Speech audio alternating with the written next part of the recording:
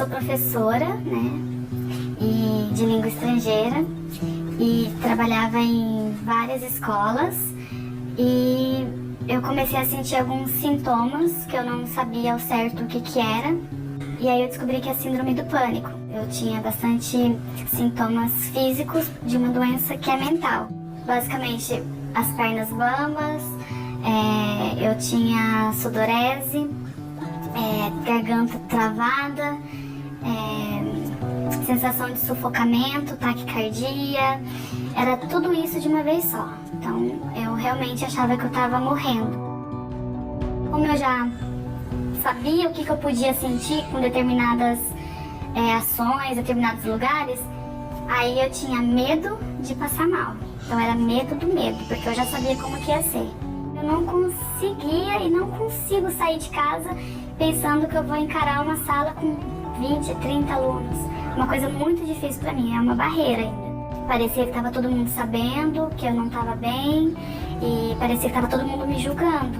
Então isso pesou muito, isso era muito difícil para mim. Olá, bom dia para você.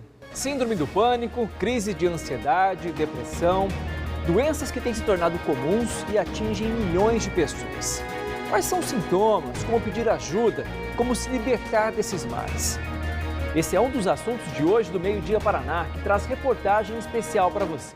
Hoje nós estamos falando aqui no Meio Dia Paraná sobre doenças que afetam milhões de pessoas, como a depressão, a síndrome do pânico, a ansiedade. Nós abrimos o jornal mostrando o caso de uma professora que sofre da síndrome do pânico. Agora nós vamos ver mais detalhes de como essa doença afetou principalmente a vida profissional dela. Eu comecei a sentir alguns sintomas que eu não sabia ao certo o que era, e aí eu descobri que é síndrome do pânico.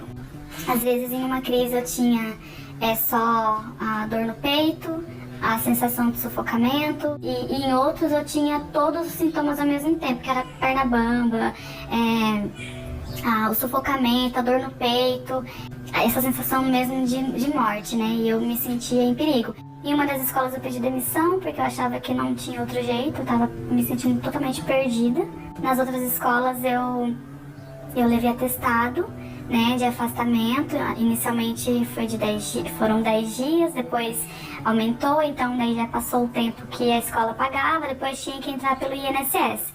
E eu estava ali com o atestado, com todas as informações e mostrando que eu não tinha condições de voltar ao trabalho. E eles negaram. A última perícia que eu fiz foi no dia 28 de agosto de 2018, a última perícia, e eu estou há 5 meses sem receber.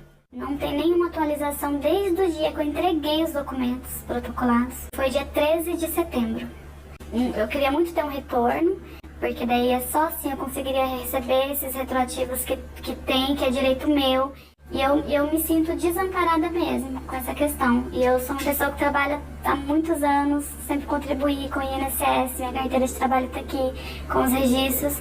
Não é uma coisa que eu queria, eu não tô afastada porque eu quero, né? Todo mundo que sabe o que quer, sabe que não é uma vida que a gente queria levar, não. É pura necessidade mesmo, a questão do INSS. E quais são os direitos do trabalhador numa situação como essa, né? Para tirar essas dúvidas, o Vinícius Frigério vai conversar com um advogado especialista em direito previdenciário. Por favor, Vinícius.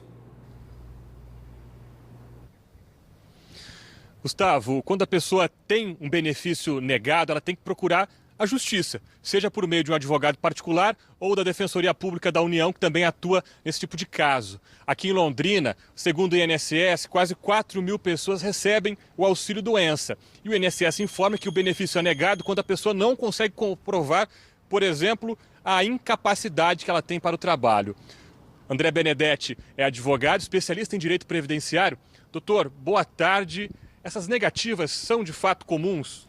Boa tarde. Elas são bastante comuns junto ao INSS. A pessoa pede o benefício previdenciário, muitas vezes está de fato incapacitada para o trabalho e o INSS acaba indeferindo o benefício. Então a gente vê que é muito frequente esse indeferimento por parte do INSS. Com relação a problemas psiquiátricos, quais as peculiaridades desses casos?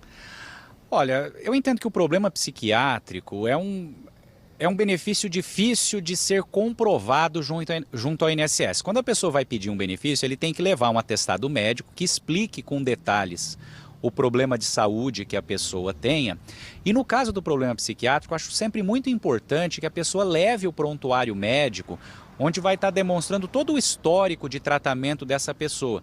Isso facilita com que o perito possa avaliar se houve, por exemplo, um aumento de dose de medicação, mudou os remédios que essa pessoa está tomando, e ele pode então avaliar se de fato esse problema se agravou, melhorou ou continua da mesma forma. Ou pelo menos deveria ser assim o procedimento do perito do INSS. A gente percebe que às vezes a perícia dentro da Previdência, ela é feita muito rápida. Às vezes o perito tem uma meta, uma quantidade de perícias a cumprir no dia, e ele faz essa perícia de uma forma muito rápida e não consegue avaliar de fato se a pessoa está ou não incapacitada para o trabalho. Por isso que acontece tantos indeferimentos de benefício de forma injusta e eu poderia dizer até ilegal. Nesse caso que a gente mostrou dessa moça que deu entrevista pra gente, ela está desde setembro sem receber o benefício, disse que já não consegue comprar remédios, fazer o tratamento para entrar na justiça. Em quanto tempo, de fato, em média, sai um resultado? Olha, isso varia muito até de vara para vara que cai o processo. A gente sabe que o processo não tem um tempo exato. Mas eu percebo assim que em média, em torno de uns 9 meses demora para ter um resultado de uma ação dessa na justiça, onde a pessoa, se tiver o benefício concedido, vai receber todos os atrasados. Me parece que no caso específico dessa pessoa que a gente viu na reportagem, eu acredito até que ela entrou com recurso administrativo, acredito. Por isso que está demorando tanto assim para ela ter uma resposta e, infelizmente, eu percebo que em quase 100% dos casos, quando tem recurso administrativo, o INSS não revê a sua decisão. Então, muito provavelmente ela vai ter essa demora numa resposta do INSS e a resposta talvez seja negativa. E depois disso ainda ela tem que discutir isso judicialmente, o que é uma pena. Uma pessoa que precisa do benefício, a gente sabe, precisa comprar remédio, tem as suas contas para pagar, ficar tanto tempo assim sem receber, né? Muito obrigado pela gentileza da entrevista. Gustavo. Valeu, Vinícius. A gente segue aqui com o Zanluc no estúdio, respondendo as perguntas que você de casa mandou. Zanluc, uma pergunta que diz o seguinte: padrões de vida impostos, aquela felicidade nas redes sociais, elas podem levar às tristezas e às frustrações. Isso pode agravar um quadro de depressão, outros problemas que a gente tem na cabeça? Eu acho que a questão aí é a superficialidade das coisas, né? A vida, o que realmente importa, não é exatamente a da aparência. E quando você fica muito no mundo virtual, ele não é um mundo real, é um mundo fantasioso. Ele é uma espécie de droga também, se você for pensar. Então, assim, bem não faz. O tanto que faz mal é questionável. Agora, essa questão as mídias sociais, as pessoas geralmente postam só o que... Só mundo feliz, né? Mundo feliz, né? E não é assim a vida de ninguém. Tem pessoas aqui dizendo que se sentem muito vazias, que não se sente nem feliz, nem triste, não sabe nem descrever o que sente. E outras pessoas que dizem que choram do nada, que têm as emoções muito...